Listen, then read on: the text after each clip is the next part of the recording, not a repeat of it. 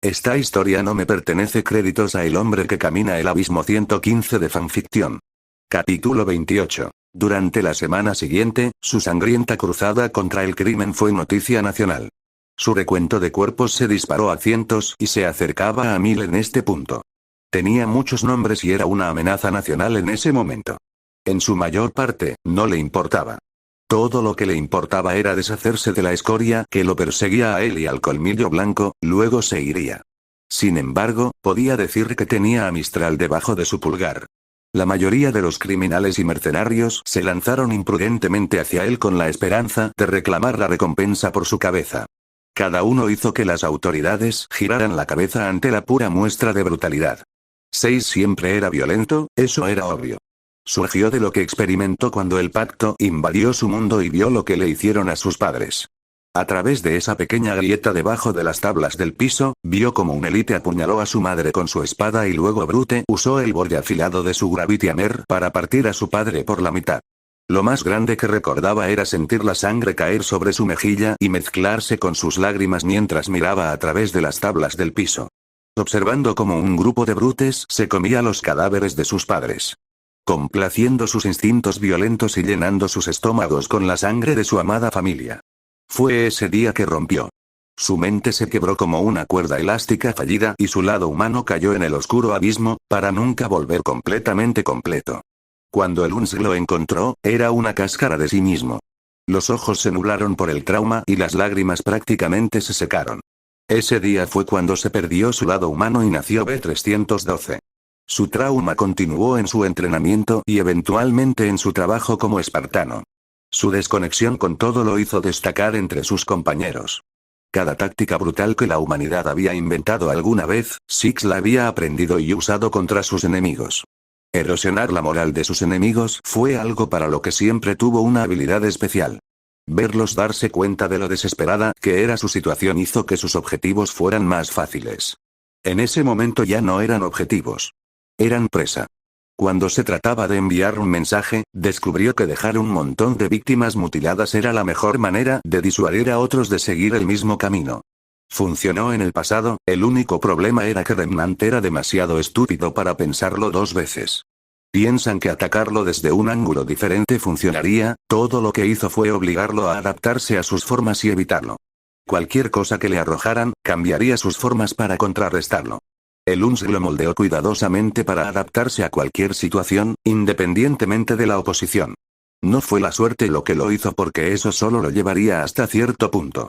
Fue su impulso por vivir y vencer lo que le dio una ventaja sobre sus oponentes. Se quedó mirando el lamentable suelo que tenía delante, rogando por su vida. Se las arregló para encontrar al jefe de una poderosa familia mafiosa, que había cometido sus propias malas acciones y mató a todos los que lo protegían. Todos sus matones estaban en el suelo del pasillo o desplomados contra las paredes, dejando un rastro de sangre en la pintura.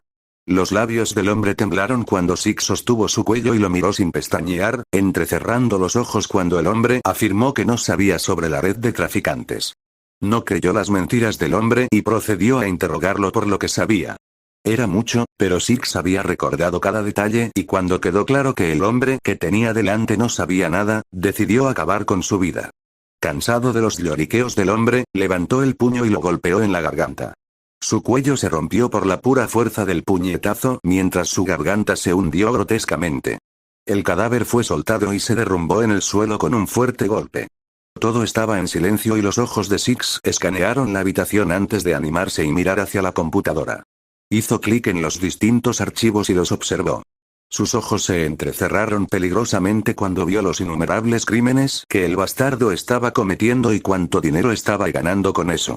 Hizo que el monitor accediera a la cuenta bancaria del difunto señor del crimen y le diera la contraseña. El dinero se sacaría y se daría a las personas sin hogar o a alguien menos afortunado.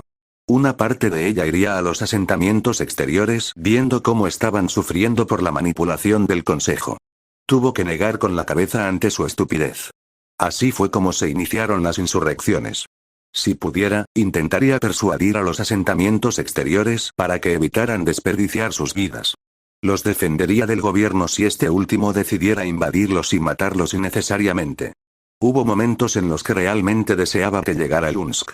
¿Serían perfectos? No, no lo harían. A veces tenían que ensuciarse las manos para que funcionara, él era parte de los que constantemente se ensuciaban las manos. Literalmente era el Grim Reaper de la ONI, no obtuvo ese título simplemente sentándose sobre su trasero y siendo un cachorro feliz. Sus manos estaban manchadas con suficiente sangre para llenar un río. Después de revisar varios archivos, vio algo relacionado con una ubicación de Whitefang. Se escuchó el clic del mouse y el monitor conectó dos cables a la computadora y transfirió los archivos a la tableta, lo que le permitió llevárselos. Una vez que terminó, se ató de nuevo a la correa de su bolso. Su cabeza movió un sonido fuera de la puerta y escuchó múltiples pasos.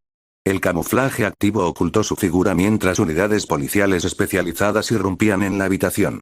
Rápidamente escanearon la habitación antes de ver al difunto señor del crimen tirado en el suelo.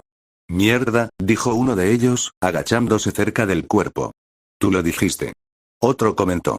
¿Crees que es la persona que hemos estado persiguiendo durante las últimas semanas? Preguntó el primero. Probablemente. Ciertamente se ajusta a su modus operandi y no se sabe exactamente que el tipo esté limpio. Otro dijo. ¿Con qué estamos lidiando exactamente? Las personas sin hogar y la clase baja lo pintan como un santo, pero los de arriba dicen que es un demonio. Preguntó un cuarto. Six solo los observó antes de dirigirse silenciosamente hacia la puerta. Se escuchó un crujido en el suelo y todos se giraron al escuchar el sonido y uno de ellos comenzó a moverse lentamente hacia él, obligándolo a retroceder y observarlos. Otra tabla del suelo crujió y le apuntaron con el arma, con el dedo en el gatillo. Desde su ángulo, vio que estaban empezando a apretar y agarró el arma, tirándola hacia arriba tan pronto como se disparó.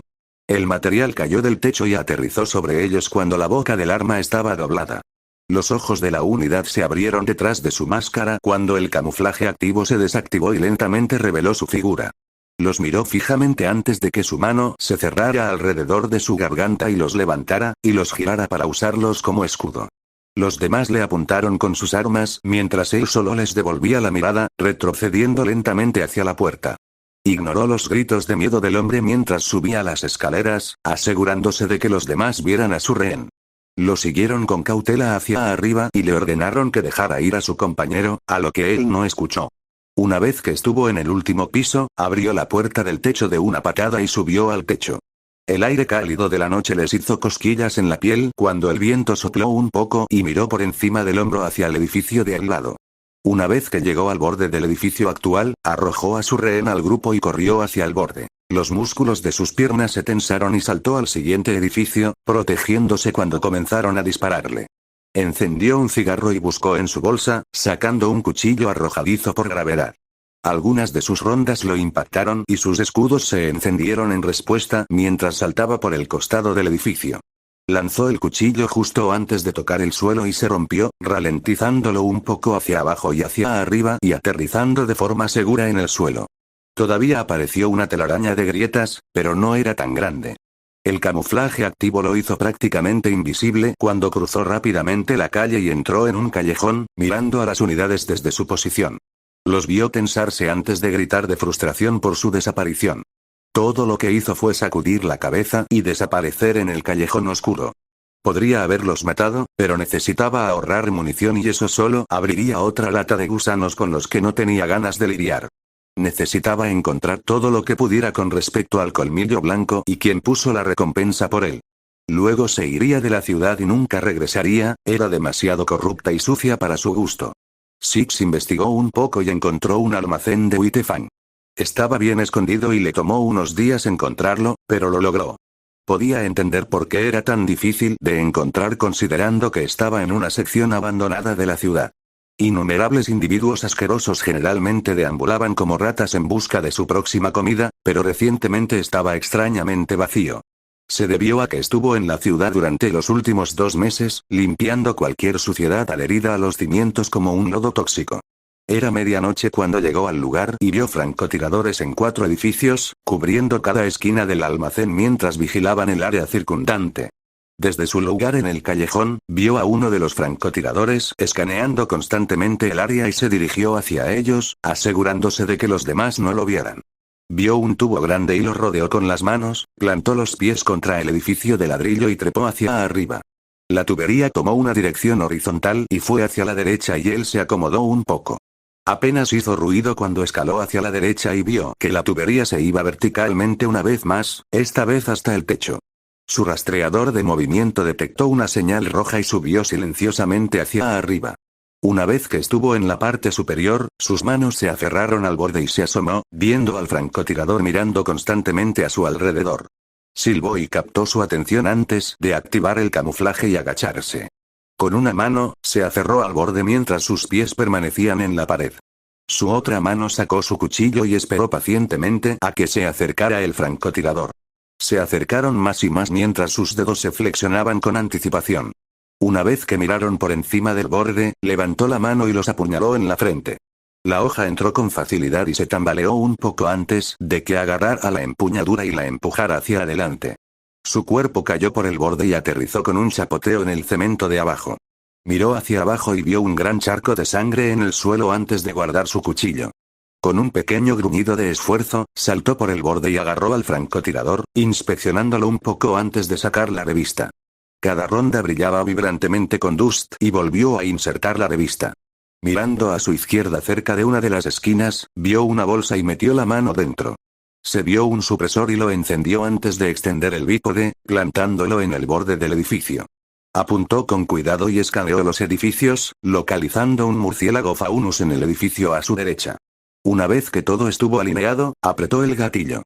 Sintió un pequeño retroceso, y los vio retroceder. La sangre salió disparada del agujero en su frente cuando la bala atravesó y él los vio desmoronarse en el techo. Pasó al siguiente y apuntó a ellos con calma. Parecieron notarlo en el último segundo, pero fue más rápido y apretó el gatillo nuevamente.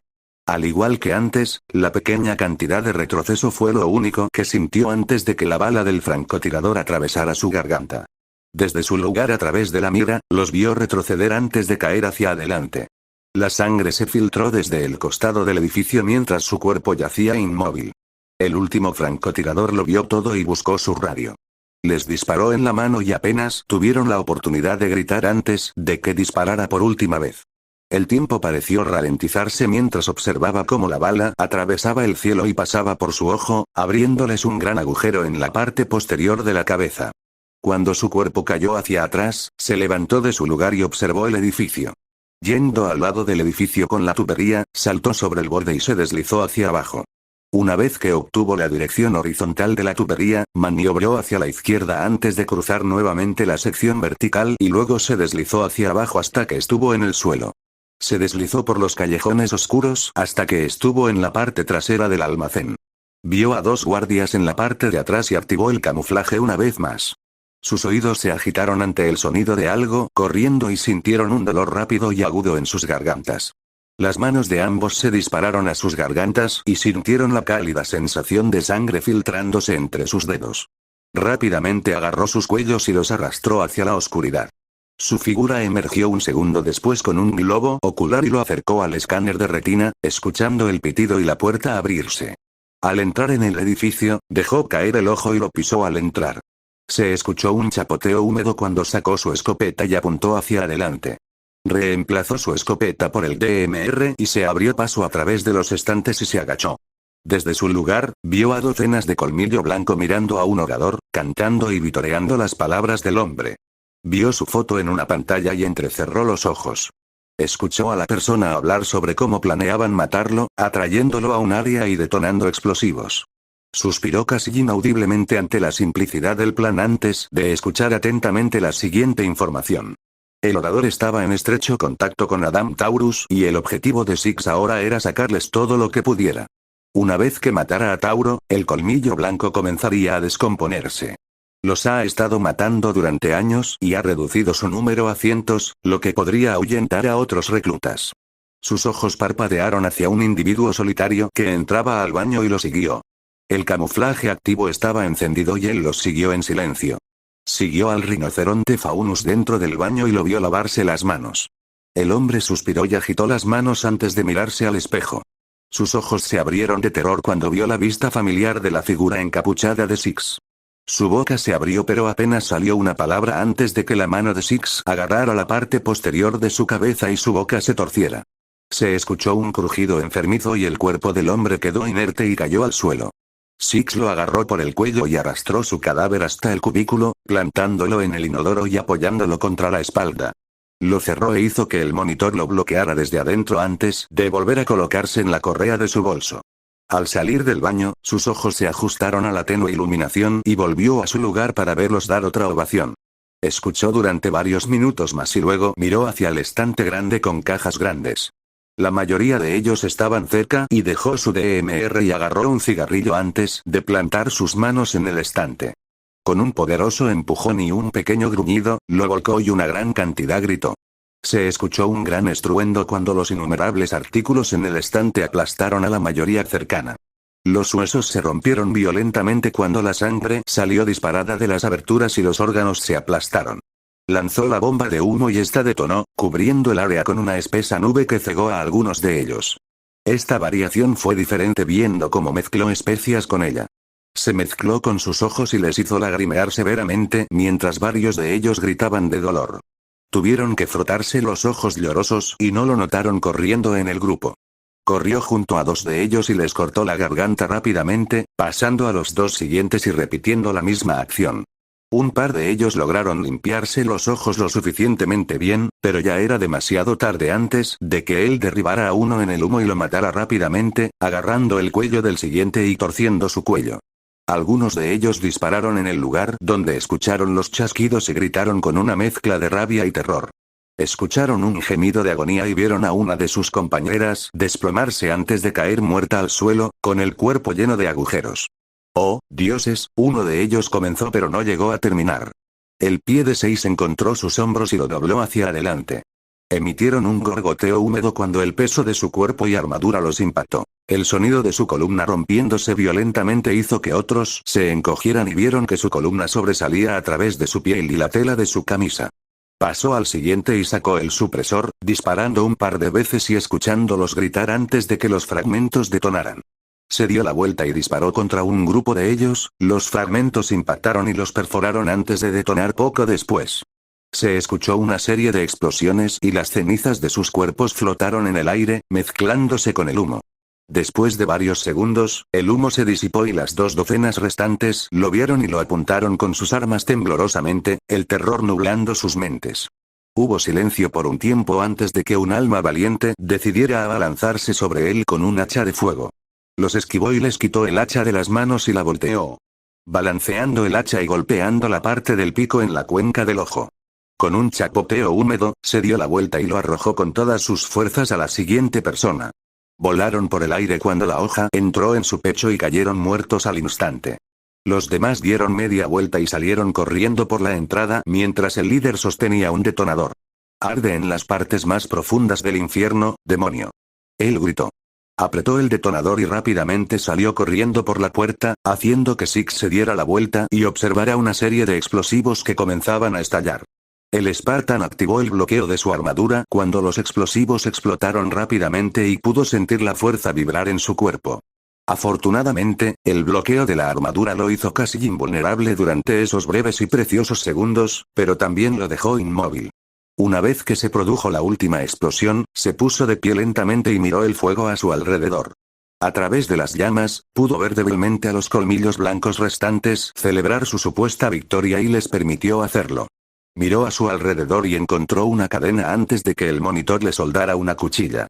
Le tomó varios segundos, pero él lo inspeccionó y comenzó a balancear la cadena. El colmillo blanco en el exterior soltó una risa triunfante y vitoreó la muerte del demonio. Una pesadilla viviente que los había estado persiguiendo implacablemente durante años y los empujó efectivamente a su desaparición. Ninguno de ellos notó o escuchó el sonido de una cadena balanceándose. Comenzaron a alejarse, pero saltaron alarmados cuando un miembro se sacudió hacia adelante, mirando lentamente hacia abajo con horror cuando una cuchilla salió a través de su pecho. La sangre brotó de su boca y salpicó contra el pavimento. Cada miembro miró temblorosamente hacia el fuego con absoluto temor en sus ojos y vio una cadena que se extendía desde el almacén. El miembro con la espada en el pecho se acercó temblorosamente a ellos antes de ser arrastrado hacia las llamas. Gritaron de angustia y se quedaron en silencio tan pronto como desaparecieron en la pared naranja. Se escuchó un desgarramiento enfermizo y cayeron de espaldas horrorizados cuando vieron a Six emerger con el torso en la mano izquierda y la cadena afilada en la derecha. No, no, no, no, no, no. Uno de ellos gritó histéricamente y retrocedió mientras daba un paso más cerca. Sus mentes estaban tan nubladas por el miedo que no podían mover un músculo. Cada uno estaba literalmente congelado de terror y Six se aprovechó de eso. Arrojó la cadena a la cara del terrorista más cercano y tiró de ella hacia él antes de azotar la cadena con cuchillas en un movimiento similar a un arco. La sangre brotó de los innumerables White-Fang y lo hizo aún más rápido. Con balanceos calculados, se convirtió en una telaraña de muerte afilada mientras la sangre y las partes del cuerpo comenzaron a volar hacia el cielo. El orador no podía moverse ni hablar mientras veía a sus hermanos y hermanas convertirse en corderos para el matadero. El lobo hambriento se atiborró en un festín que avergonzaría a un dios. Una serie de cadenas que se balanceaban junto con el corte de la carne fue todo lo que encontró en sus oídos y la sangre pintó el área roja.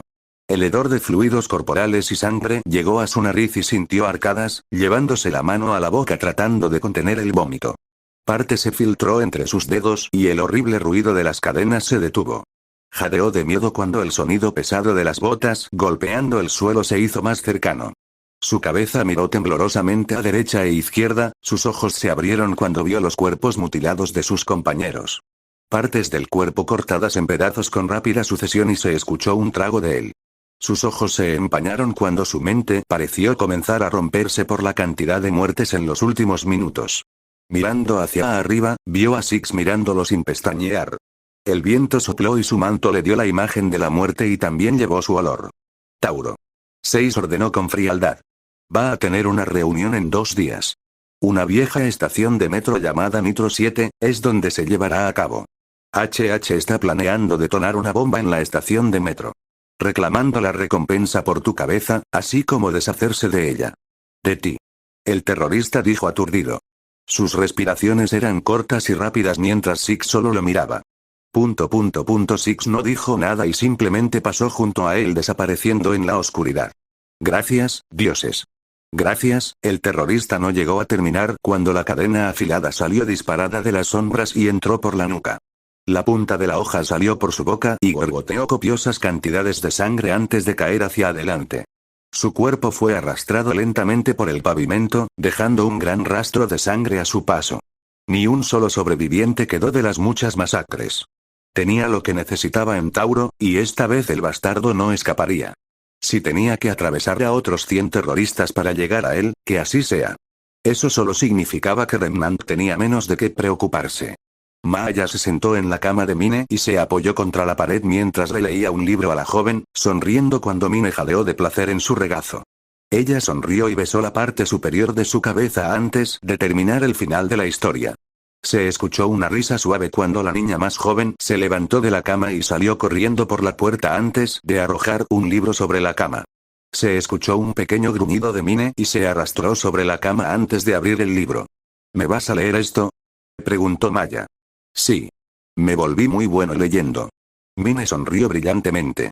Estoy seguro de que sí, pero es tarde, así que necesitamos dormir un poco. Dijo Maya. ¿Tenemos que hacerlo? Ni siquiera hemos llegado a las cosas que Six ha hecho. Mine se quejó. Lo sé, cariño. Pero tenemos que levantarnos temprano. Dijo Maya antes de encender la luz nocturna y apagar las luces. Las estrellas brillaron en la habitación oscura y ella se metió debajo de las sábanas, permitiendo que Mine se subiera a su pecho y mirara al techo. ¿Crees que hay gente en el espacio?, ella preguntó. No lo sé. Realmente no lo sabremos hasta que vengan aquí. Dijo Maya, meciendo su cuerpo de un lado a otro. Esto continuó durante unos minutos y vio desde su ángulo que Mine estaba empezando a quedarse dormida. Quiero conocer a alguien del espacio. Mine dijo con cansancio. Yo también, cariño. Dijo Maya. Cerró los ojos y los abrió cuando escuchó que Mine comenzaba a murmurar suavemente mientras dormía. Una sonrisa adornó sus labios mientras maniobraba para que su espalda quedara frente a la puerta. Estuvo tranquilo por un tiempo y los dos durmieron pacíficamente antes de que Mine se levantara cansada. Miró a Maya y sonrió antes de acariciarle suavemente la cara y deslizarse fuera de la cama. Su mono parecía reflejarse en la luz mientras se dirigía a la cocina para comprar un poco de jugo, abrir el refrigerador y mover algunas cosas. Encontró lo que estaba buscando y se rió de alegría. Con un ruido suave, la nevera se cerró y metió la pajita en la caja y empezó a beber el jugo tranquilamente. Lo disfrutó y ella quería otro, pero escuchó un pequeño ruido y dio un pequeño grito de sorpresa. El televisor se encendió y su dibujo animado favorito sonaba en voz baja, haciendo que ella le pegara los ojos. Ella jadeó de emoción y miró hacia el pasillo antes de bailar con los personajes de su programa. Su pequeño cuerpo rebotaba hacia arriba y hacia abajo mientras saltaba suavemente sobre la alfombra y captó su atención. Otro ruido de la habitación la hizo dar un respingo de sorpresa antes de apagar rápidamente la televisión y correr silenciosamente de regreso a la habitación. Su ritmo se hizo más lento y una pequeña sensación de temor llenó su corazón y el entorno de repente se volvió varias veces más grande. Ambos ojos se movieron nerviosamente y se arrastró hacia la habitación, asomándose al interior para verla completamente oscura. Se escuchó un pequeño gemido de ella y trató de alcanzar el interruptor de la luz, pero su cuerpo era demasiado pequeño. La luz nocturna se encendió y vio que Maaya no se movía. «Maaya», gritó en voz baja. La mujer no respondió y solo mintió. «Maaya». Mine volvió a llamar, esta vez subiéndose a la cama. Ella seguía sin responder, pero la pequeña vio que estaba respirando. «Maaya, ¿por qué no te despiertas?». Mine dijo un poco más fuerte, sacudiendo a la mujer mayor. Se dio la vuelta y sus ojos se abrieron cuando vio a alguien de negro mirándola. Las gafas verdes brillaron en la oscuridad y ella abrió la boca para gritar, pero otra mano se envolvió alrededor de su boca. La levantaron de la cama y ella pateó y gritó en su mano. Uno de sus dedos se deslizó entre sus dientes y ella lo mordió tan fuerte como pudo.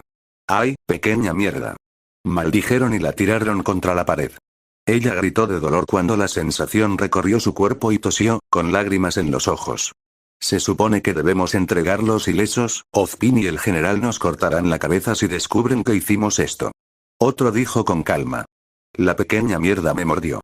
«Tú habrías hecho lo mismo», dijo el primero, su modulador de voz adquiriendo un ligero trasfondo femenino. «Tenemos los objetivos, los mantenemos sedados y los llevamos a Beacon». Otro entró, junto con un segundo. Aunque el segundo se inquietaba de vez en cuando y se sentía una punzada de culpa por los dos inocentes. «Esto está mal, se supone que debemos tratar con Grimm. No secuestrar a civiles inocentes». Ellos dijeron. «¿Qué pasa, novato? ¿No puedes soportar esas cosas? La perra en la cama y este pequeño mordedor están confabulados con cierto lobo», dijo el primero. «No es el hecho de que no pueda soportar estas cosas, pero esto no está bien. Estamos destinados a representar algo más grande», dijo el más nuevo. «¿Cuándo se volvieron tan blandos los nuevos reclutas?». El primero se burló, sacando un bote y rociando a Mine en la cara con él. La niña jadeó y tosió antes de acercarse débilmente a Maaya en la cama. «Mami, tengo miedo». «Papi, ayúdame», Mine chilló antes de desplomarse en el suelo inconsciente. Ella y Maaya fueron recogidos y llevados a otro lugar. Poco después de que terminara la noche, el asentamiento sabían que cierta persona no se tomaría muy bien que se la llevaran.